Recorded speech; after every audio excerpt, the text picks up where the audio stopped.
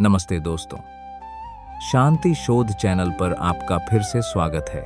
पिछले वीडियो में हमने गीता के पहले अध्याय अर्जुन विषाद योग की बात की थी, जहां हमने देखा कि कैसे अर्जुन युद्धभूमि में अपने मोह और दुविधा के कारण विषाद में डूब जाते हैं। लेकिन दोस्तों, अर्जुन की यह दुविधा सिर्फ युद्धभूमि की नहीं, बल्कि हम सबकी जिंदगी की कहानी है। हम सब भी कभी न कभी चिंता, डिप्रेशन, लक्ष्यहीनता या सही फैसला न ले पाने की उलझन से गुजरते हैं। आपके जीवन के अगले 5 मिनट शायद आपकी जिंदगी हमेशा के लिए बदल दें। इसलिए इस वीडियो को अंत तक जरूर देखें। चलिए शुरू करते हैं। आज हम बात करेंगे गीता के दूसरे अध्याय की, जिसे सांख्य योग के नाम से जाना जाता है।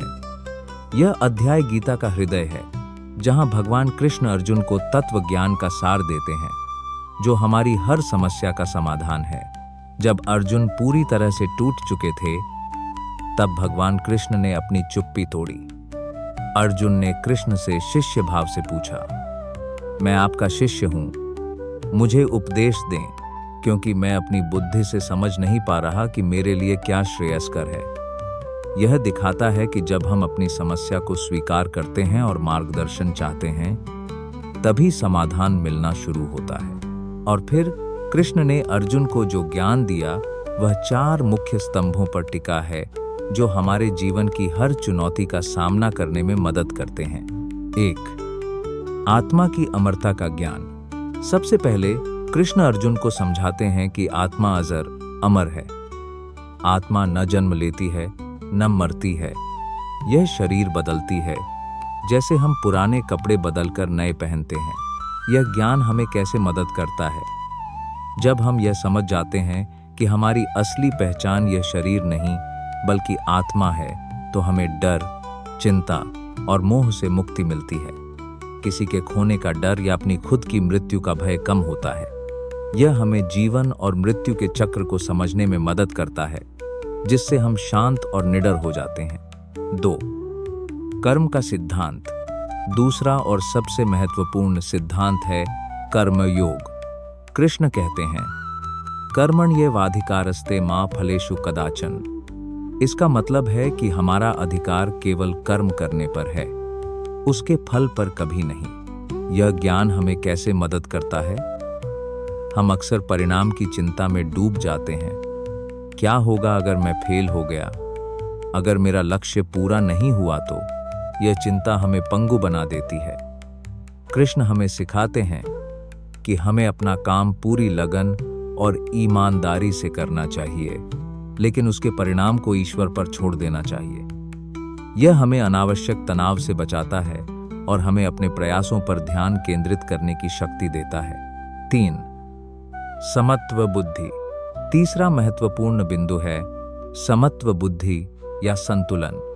कृष्ण कहते हैं कि सुख और दुख, लाभ और हानि, जय और पराजय, इन सभी को समान भाव से देखना चाहिए। यह ज्ञान हमें कैसे मदद करता है? जीवन में उतार चढ़ाव आते ही रहते हैं। जब हम सुख में बहुत ज्यादा खुश और दुख में बहुत ज्यादा दुखी हो जाते हैं, तो हम संतुलन खो देते हैं। समत्व बुद्धि हमें सिखाती है कि दोनों ही क्षण अस्थायी हैं। यह हमें भावनात्मक रूप से स्थिर रहने में मदद करती है, जिससे हम किसी भी परिस्थिति में सही निर्णय ले पाते हैं। यह हमें डिप्रेशन और चिंता से बाहर निकलने की शक्ति देता है। 4. स्थितप्रज्ञ के लक्षण। अंत में कृष्ण बताते हैं कि एक स्थितप्रज्ञ व्यक्ति कैसा होता है। स्थितप्रज्ञ वह होता है जिसकी बुद्धि स्थिर हो चुकी हो, जो सुख और दुख दोनों में अविचलित रहता है, जिसकी इंद्रियां उसके वश में हों। यह ज्ञान हमें कैसे मदद करता है?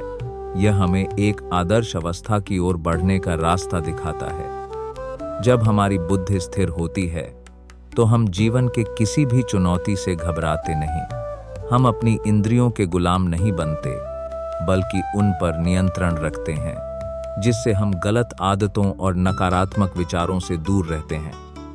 यह हमें अपने लक्ष्यों को प्राप्त करने और जीवन में एक स्पष्ट दिशा पाने में मदद करता है। तो दोस्तों, गीता का दूसरा अध्याय सिर्फ अर्जुन को युद्ध के लिए तैयार नहीं करता, बल्कि यह हमें जीवन के हर युद्ध में विजयी होने का मंत्र देता है। यह हमें सिखाता है कि हम कौन हैं, हमें क्या करना चाहिए और जीवन की हर परिस्थिति में कैसे संतुलित रहना चाहिए। यह ज्ञान हमें अपनी चिंता, डिप्रेशन, निर्णय लेने में असमर्थता और लक्ष्यहीनता जैसी चुनौतियों से निकलने का रास्ता दिखाता है। बस जरूरत है इस ज्ञान को अपने जीवन में उतारने की। अगले वीडियो में हम गीता के अगले अध्यायों की बात करेंगे और जानेंगे कि यह अद्भुत ग्रंथ हमारे जीवन को और कैसे बेहतर बना सकता है।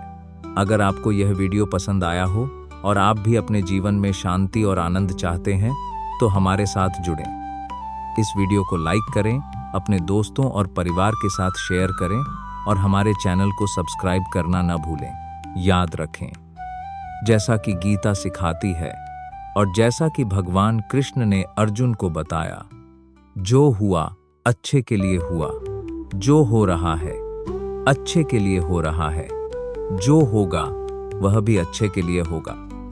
अपनी यात्रा को गले लगाओ, क्योंकि जीवन एक नाटक है और तुम अपनी भूमिका पूरी तरह से निभा रहे हो, अपनी दुनिया की खोज कर रहे हो और उसे पूरे दिल से खुद को दे रहे हो। शांति शोध में हमारे साथ जुड़ने के लिए धन्यवाद।